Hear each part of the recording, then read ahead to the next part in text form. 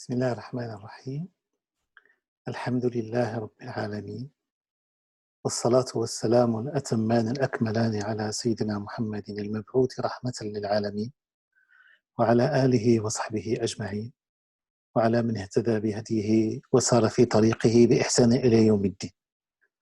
Chers frères, chères sœurs, salam alaikum wa rahmatullahi ta'ala wa barakatuh. Comme vous le savez, nous sortons au fur et à mesure de cette crise sanitaire, de cette pandémie mondiale qui a chamboulé tous les pronostics, toutes les prévisions, qui a mis en doute toutes les certitudes. Et chacun et chacune d'entre nous doit entamer sérieusement un réel travail sur soi,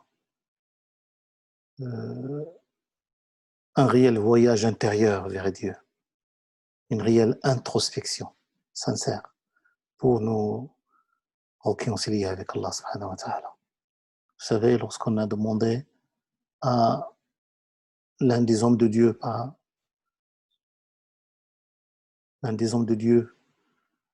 je dirais par excellence, on lui a posé la question Man is-Sa'id wa man al-As'ad, qui est la personne la plus heureuse et qui est celui qui est heureux encore, plus heureux encore davantage.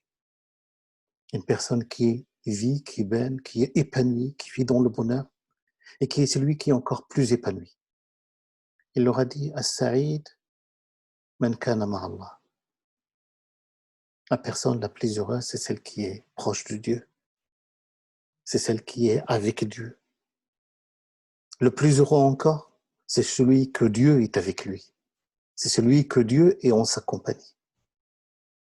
Il faut commencer par la première pour atteindre la seconde. Il faut être par Dieu, il faut entamer ce voyage vers Dieu. Il faut revoir ses priorités, revoir sa conduite, revoir sa sincérité pour être avec Dieu, afin que Dieu soit avec nous, afin que Dieu nous accompagne, nous assiste, nous porte assistance, guide nos pas, éclaire notre voie. Qu'Allah subhanahu wa ta'ala nous permette d'y arriver. Dans ce petit rappel des vendredis, mes chers frères et sœurs, je m'arrête avec vous sur un hadith authentique rapporté par l'imam Muslim selon Abu Huraira, où le messager sallallahu alayhi wa sallam nous dit le fidèle, animé d'une foi forte, est meilleur et plus aimé, plus agréable à Dieu que celui ou celle qui a une foi faible. Et dans les deux, il y a un bien. Le fidèle, animé d'une foi forte, d'une foi sincère, d'une foi forte, est meilleur et plus agréable à Dieu que celui ou celle qui a une foi faible. Et puis le fidèle, le messager sallallahu alayhi wa sallam, nous explique c'est quoi cette foi forte, en quoi elle consiste. Il dit, recherche avec insistance tout ce qui était utile. Utile à ta foi, utile à ta famille, utile à ta santé, utile à ta société. Recherche avec insistance tout ce qui était utile. Sollicite l'assistance de Dieu. Agis avec conscience et ne flanche pas. Et si les résultats ne sont pas à la hauteur de tes attentes, ne culpabilise pas. Ne rentre pas dans une sorte « Ah, j'aurais dû faire ci, je devrais faire cela », mais dis « Qaddarallahu wa ma sha'a fa'al ». J'ai fait ce qu'il fallait, j'ai déployé les efforts nécessaires. Maintenant, le résultat appartient à Dieu. Très important, ce hadith du messager sallallahu alayhi wa sallam qui nous lance avant tout deux messages. Le premier message, c'est que le musulman qui aspire à un meilleur être moral ou spirituel est soucieux de trouver un équilibre dans son cheminement, de donner du sens et de la cohérence à son engagement. En effet, le musulman, le fidèle, il cherche à allier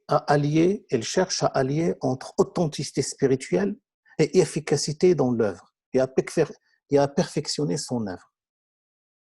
C'est très important. Le propre de la foi, d'une foi sincère, d'une foi forte, c'est justement avoir un ancrage spirituelle et en même temps perfectionner son œuvre, que son œuvre soit accomplie comme il se doit, laisse un impact, c'est très important. Et deuxième chose, le messager sallallahu alayhi wa sallam, dans ce hadith, il nous dit qu'il faut prendre conscience de ce qui se passe, prendre conscience des enjeux, prendre conscience des priorités et des défis à relever dans ce hadith.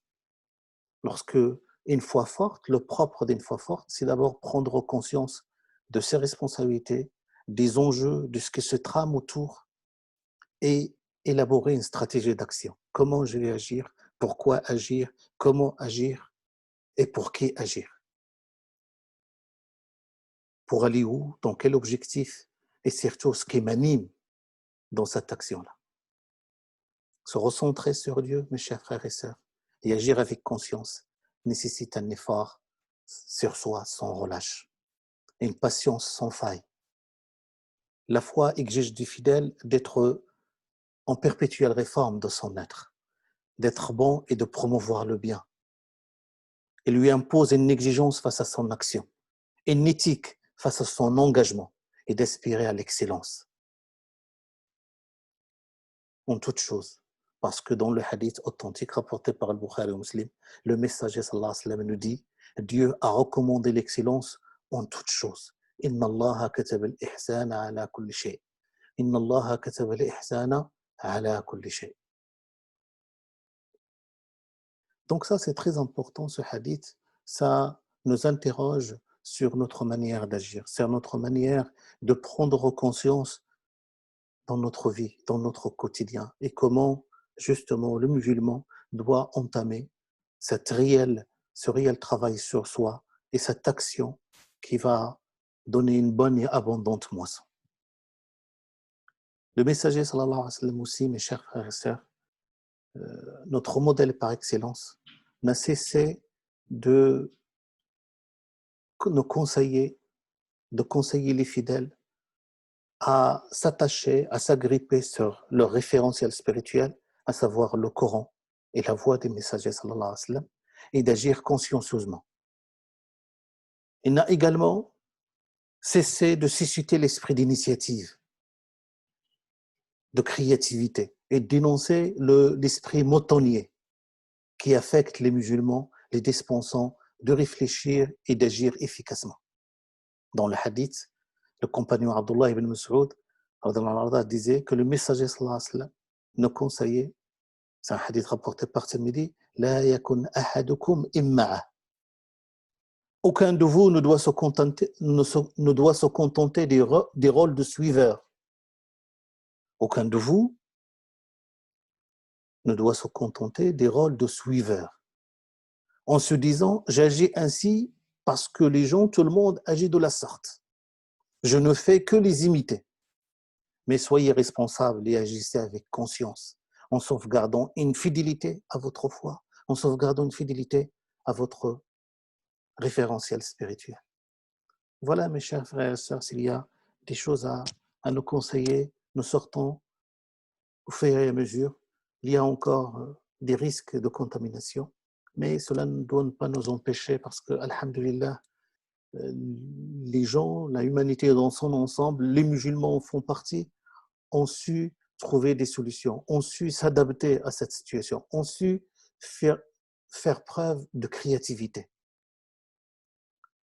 Cependant, il nous appartient, sur le plan spirituel, d'entamer cette réelle réforme, de nous réconcilier profondément avec Allah subhanahu wa ta'ala, parce que cette crise nous a montré nos limites aussi, limites de l'humain, qui veut tout maîtriser, qui veut tout avoir ce contrôle.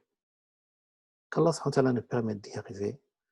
Assalamu alaikum wa rahmatullah. Qu'Allah azza wa jalla vous protège, qu'Allah subhanahu wa ta'ala protège vos proches, qu'Allah azza wa jalla vous permette d'approfondir et d'enraciner votre foi et de goûter sa douceur et de permettre d'accéder au rang privilégié de ces rapprochés. Amin, amin. Wassalamu alaikum wa rahmatullahi ta'ala wa barakatuh.